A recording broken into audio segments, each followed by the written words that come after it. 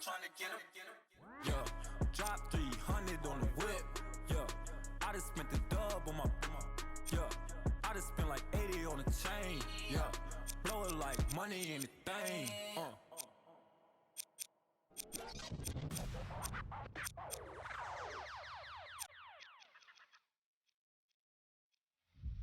Let's start creating your look.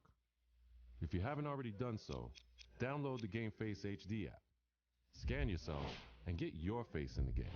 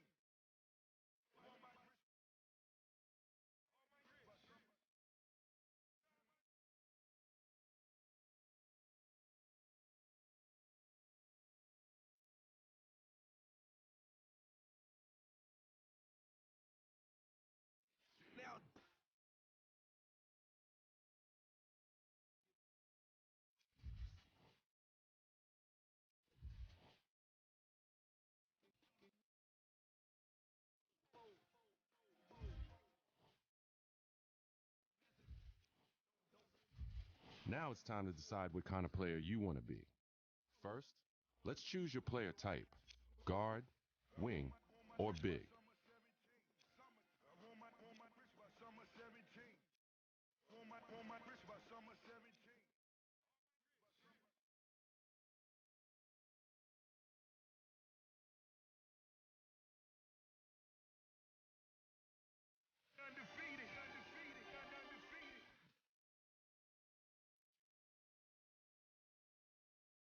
Now, let's define your style of play.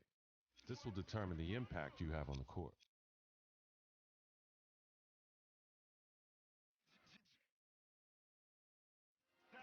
Now, it's time to choose your player's height and weight. Every choice you make here will affect your player's physical capabilities, both good and bad. So choose wisely before you lock in.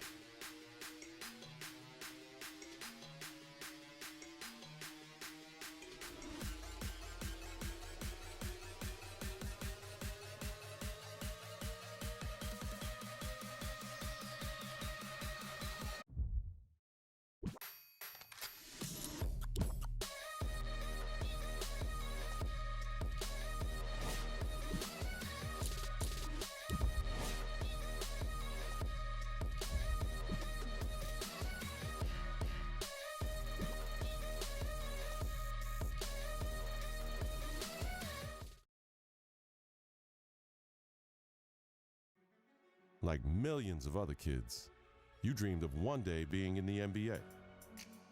You wanted to be a star, and someday to rise above and become the greatest to ever play. You dreamed of being the one. But the road to stardom is never easy.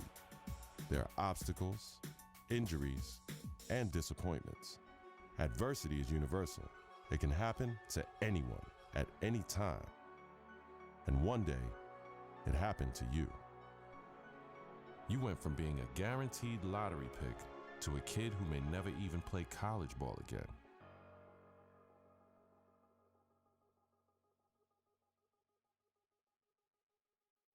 Now, look, it's always bad to hear about injuries, especially to college kids, of course. Yeah. But Stephen A. Smith, this one is particularly disheartening because we are 2 weeks into the season and one of the top NBA prospects in the country goes down potentially with a season-ending injury, a knee injury. That's a killer. I couldn't agree more. When I heard he was carried off the floor today, all you can do is find yourself hoping that he'll make it back. That's the bottom line. But my heart goes out to him because I didn't expect this. This is a devastating injury. It's never good to have something like this happen to you. The team doctor broke the news. Torn ACL, sprained MCL, and a torn meniscus. Surgery was scheduled, but your game will likely never be the same. At the 2016 NBA draft, your name is still mentioned. Not as a prospect, but as a cautionary tale.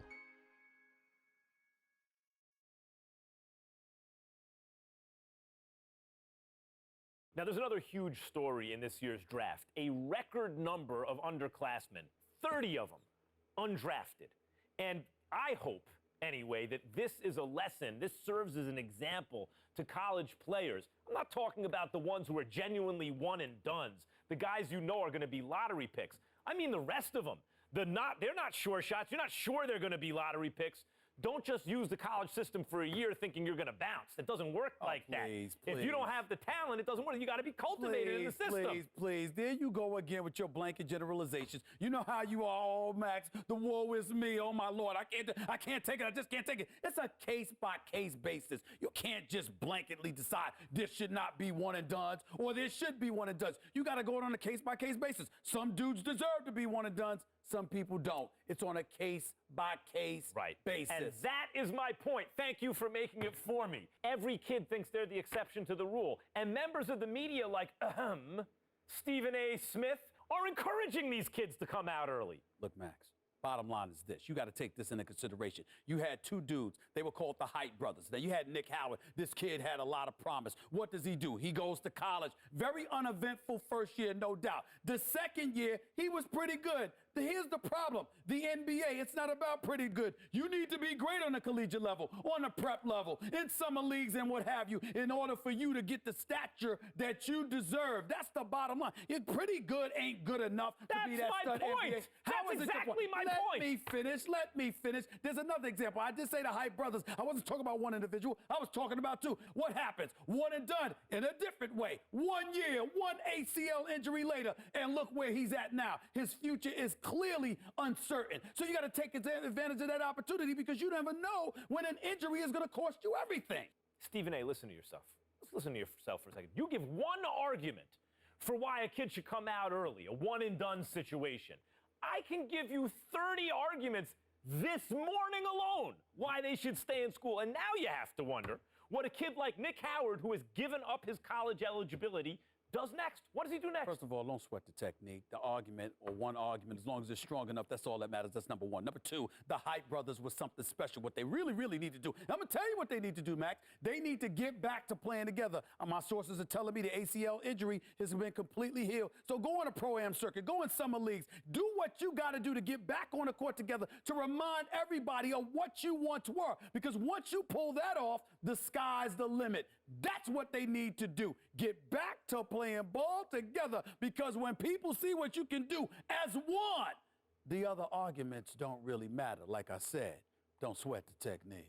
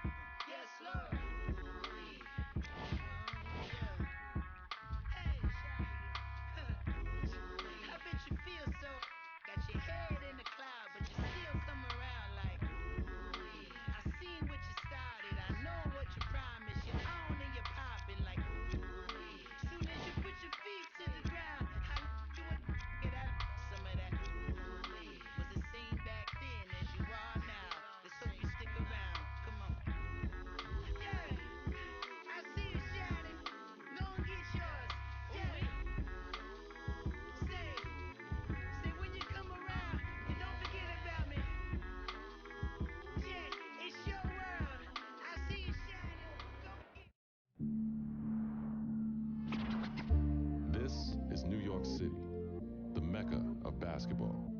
The original Rucker League began here in 1947. 9 years later, the tournament found a permanent home uptown at PS 156 Playground. Those early Rucker days showcased talents like Lou Alcindor, Wilt the Stilt, and Earl the Pearl. It's also where Julius Erving became the Doctor. In 1974, the park was respectfully renamed Holcomb Rucker Park in honor of the tournament founder. Now, many have influenced the growth of the Rucker since, but not heavily than the late great Greg Marius, founder of the EBC. Many would argue that the Ruck is the birthplace of true street ball and the crossover dribble. Considering New York City's penchant for flashy guard play, there are few who can challenge that. After the legendary exploits of Rucker alumni like Rod Strickland, Rafer Alston, and Kyrie Irving, it goes without saying that getting crossed up or banged on can happen to anybody at any given moment here. It's no wonder that this unassuming uptown playground has become the most widely recognized street ball court in the world.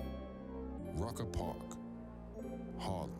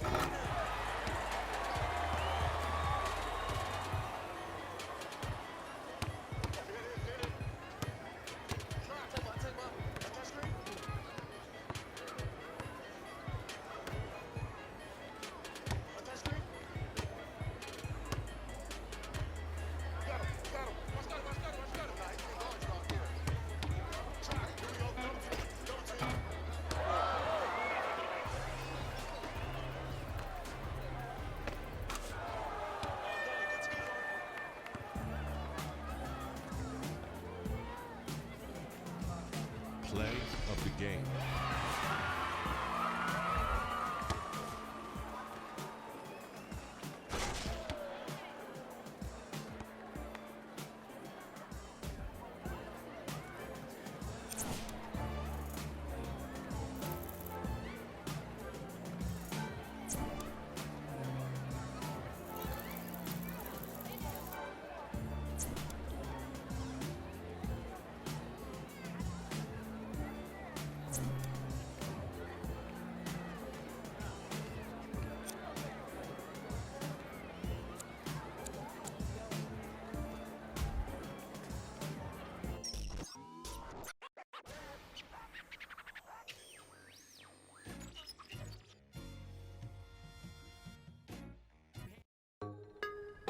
Beautiful Venice Beach, a place like no other, fit with a cast of characters and all the sun, sand, and shoreline you can handle.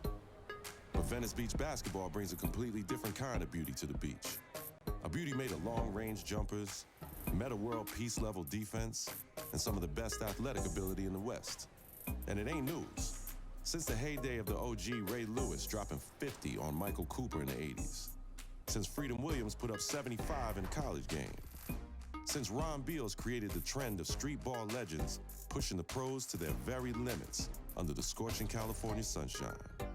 Long before baggy shorts and the elbow sleeve became the universal uniform of choice, every guard at Venice has been a menace. And the rule here is, you reach, we teach. Teach your defense the definition of pressure, and big men, pack a lunch. It's gonna be a long day down there in the paint. Out here, the days are long and the handles are strong. Are you ready to get busy on the beach? Venice.